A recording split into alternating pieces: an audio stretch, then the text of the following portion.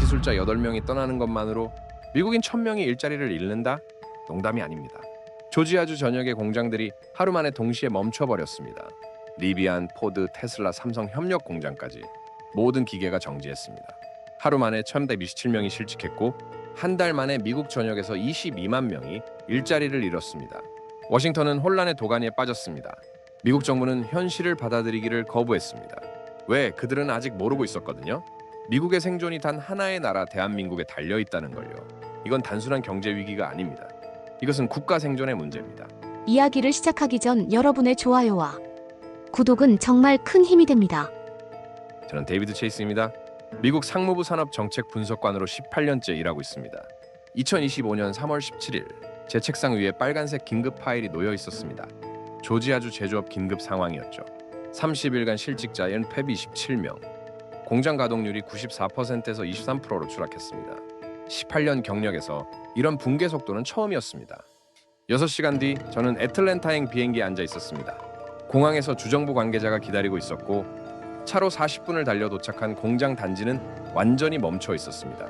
주차장은 텅 비어 있었고 컨베이어 벨트가 정지했으며 로봇 팔들이 이상한 각도로 굳어 있었습니다. 생산 관리 책임자 브래드 존슨을 만났습니다. 그는 수염을 며칠 안 깎은 모습으로 사무실에 앉아 있었죠. 9월 초부터 가동이 중단됐다고 했습니다. 이유는 단 하나, 현대자동차에서 파견 나온 한국 기술자 83명이 떠났기 때문이었습니다. 83명이 떠났다고 1000명이 실직했다는 게 믿기지 않았지만 사실이었습니다. 브래드는 두꺼운 매뉴얼을 꺼내 보여줬습니다. 영어로 완벽하게 쓰여 있었지만 문제가 있었습니다. 배터리 냉각을 17도에서 3분간 유지하라고 되어 있었지만 왜 17도인지 왜 3분인지는 설명이 없었습니다. 16도로 했더니 배터리 수명이 11% 줄었고 18도로 했더니 충전 속도가 8% 느려졌습니다. 한국 기술자들에게 물어볼 수도 없었습니다. 그들은 공항 사건 때문에 떠났고 다음 날 83명 전원이 48시간 만에 한국으로 돌아갔습니다. 대체 인력을 구했지만 모두 실패했습니다. 독일 엔지니어 팀은 일주일 만에, 일본 팀은 열흘 만에 포기했습니다. 미국 엔지니어들이 제일 오래 버텼지만 2주일이 한계였고 가동률은 23%를 넘지 못했습니다. 하루에 20만 달러씩 손실이 났지만 문을 닫을 수 없었습니다. 한국 기술자들 없이는 공장이 돌아가지 않는다는 게 확실했으니까요. 로봇 제어 시스템을 확인했을 때 충격을 받았습니다. 한국산 배터리 셀의 고유 특성을 0.01% 오차까지 감지하도록 설계되어 있었고 한국 기술자들이 직접 검수한 셀만 통과했습니다. 코드는 17개 레이어로 얽혀 있었고 독일 팀이 2주 동안 분석했지만 어디서부터 풀어야 할지 모르겠다며 포기했습니다. 이건 기술이 아니라 생태계였습니다.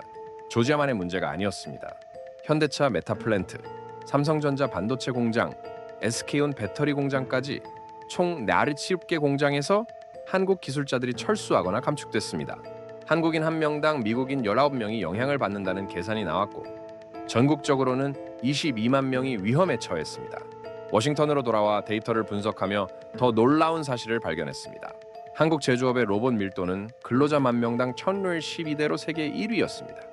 2위 싱가포르가 730대, 독일이 415대였으니 압도적이었죠. 현대차 조지아 공장은 한국 파견 인력 117명이 8펠 100명을 관리하는 구조였습니다. 1대 64의 비율이었습니다. 독일 폭스바겐은 1대 11, 일본 토요타는 1대 15였습니다. 한국만 달랐습니다. 그날 밤 기업 파산건에 대한 전화를 받았습니다. 하루에만 37건이 접수됐고 모두 한국 기업과 거래하던 곳들이었습니다. 전체 파산 기업 377곳 중 62%인 230개 기업이 한국 기업과 연관되어 있었습니다. 관세 위협 발표 이후 한국 기업들이 미국 수출을 줄였고 기술자들을 철수했으며 신규 투자를 중단했습니다.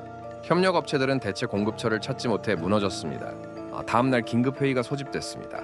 백악관 서관 회의실에서 저는 조사 결과를 보고했습니다. 전기차 배터리 시장에서 한국 3사가 52%를 차지했고 반도체 고대역폭 메모리는 95%, OLED 디스플레이는 87%였습니다. 첨단 분야에선 한국 아니면 대안이 없었습니다. 중국산으로 대체할 수도 없었습니다. 인플레이션 감축법 때문에 중국산 배터리를 쓰면 보조금을 못 받았으니까요. 회의실 분위기가 얼어붙었습니다. 저는 처음으로 목소리를 높였습니다. 조지아에서 1000명이 넘는 사람들이 한국 기술자 83명이 돌아오길 기다리고 있다고 대안이 없다고 말했습니다. 이건 숫자 문제가 아니라 현실이라고요. 그날 오후 트럼프 대통령이 긴급 기자회견을 열었습니다. 한국산 반도체 및 배터리에 대한 100% 관세 즉시 발효였습니다. 백악관은 협상이 아니라 압박을 택했습니다. 자, 저는 중얼거렸습니다. 끝났구나. 관세 발표 다음 날 이상한 일이 벌어졌습니다.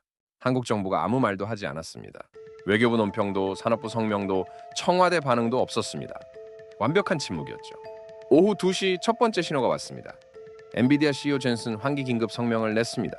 한국산 고대 역폭 메모리 없이는 AI 칩을 생산할 수 없다고, 100% 관세가 유지되면 사업이 멈춘다고 했습니다. 30분 뒤 구글 CEO가 1시간 뒤 아마존 CEO가 같은 내용의 성명을 냈습니다. 하루 만에 기술 기업들의 시가총액이 8천억 달러 증발했습니다. 백악관 회의실에서 저는 데이터를 제시했습니다. 미국 AI 데이터 센터의 고대 역폭 메모리 의존도는 한국산이 92%였습니다. 엔비디아 H100 칩에 들어가는 메모리는 전량 한국산이었죠. 100% 관세로 인한 추가 비용은 연간 119억 달러였습니다. 미국이나 대만이 지금부터 투자해도 한국 수준에 도달하려면 최소 5년이 걸렸습니다. 그동안 AI 산업은 멈추는 겁니다. 72시간 뒤 한국 대사관 경제공사가 백악관 회의에 참석했습니다. 김정민 공사는 냉정하게 데이터를 제시했습니다. 관세 위협 발표 이후 한국 기업의 대미 투자가 81% 감소했고 고용 인원이 1,400명 줄었으며 기술자 파견이 32% 감축됐습니다. 동시에 대유럽 투자는 67%, 대동남아 투자는 89% 증가했습니다. 한국은 이미 미국을 떠나고 있었습니다. 김 공사는 선택하라고 했습니다. 관세를 지킬 건지 AI 패권을 지킬 건지 일주일을 주겠다고 했습니다. 아무도 대답하지 못했습니다. 저는 그때 깨달았습니다.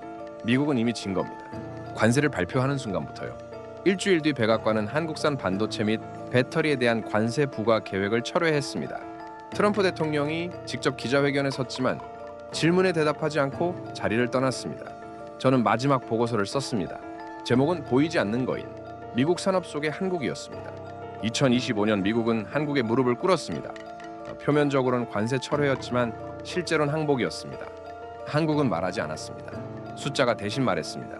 92% 의존도, 119억 달러 부담, 8천억 달러 증발. 미국은 한국 없이 AI를 만들 수 없고 전기차도 만들 수 없으며 첨단 산업이 멈춥니다. 워싱턴의 불빛이 반짝이고 있었습니다. 하지만 그 불빛을 밝히는 건 한국의 기술이었습니다. 보이지 않게, 하지만 절대적으로. 한국은 거인이었습니다. 미국이 보지 못했을 뿐입니다. 18년간 분석관으로 일하면서 수백 개의 보고서를 썼지만 이 보고서만큼 떨리는 손으로 쓴 글은 없었습니다. 이건 단순한 무역 분쟁이나 경제 데이터가 아니었습니다. 세계 최강 대국이 작은 나라 하나 없이는 생존할 수 없다는 현실을 인정해야 하는 순간이었습니다. 한국 기술자 83명이 떠나자 챔 27명이 일자리를 잃었고 251명이 철수하자 22만 명이 위험에 처했습니다. 숫자는 명확했습니다. 하지만 더 중요한 건 이 숫자들이 우리에게 말해주는 메시지였습니다. 진정한 힘은 크기가 아니라 없어서는 안 될 존재가 되는 것이라는 사실 말입니다. 지금 이 순간에도 미국 전역의 공장들은 한국 기술로 돌아가고 있습니다. 여러분이 타는 전기차, 사용하는 스마트폰, 보는 디스플레이, 그 모든 것 뒤에 한국이 있습니다. 보이지 않지만 절대적으로요. 이 이야기를 끝까지 들어주셔서 감사합니다. 진실은 때로 불편하지만 알아야 할 가치가 있습니다. 구독과 좋아요는 이런 이야기들을 더 많은 분들과 나눌 수 있게 해줍니다. 다음에도 여러분이 몰랐던 숨겨진 이야기로 찾아뵙겠습니다. 네, 감사합니다.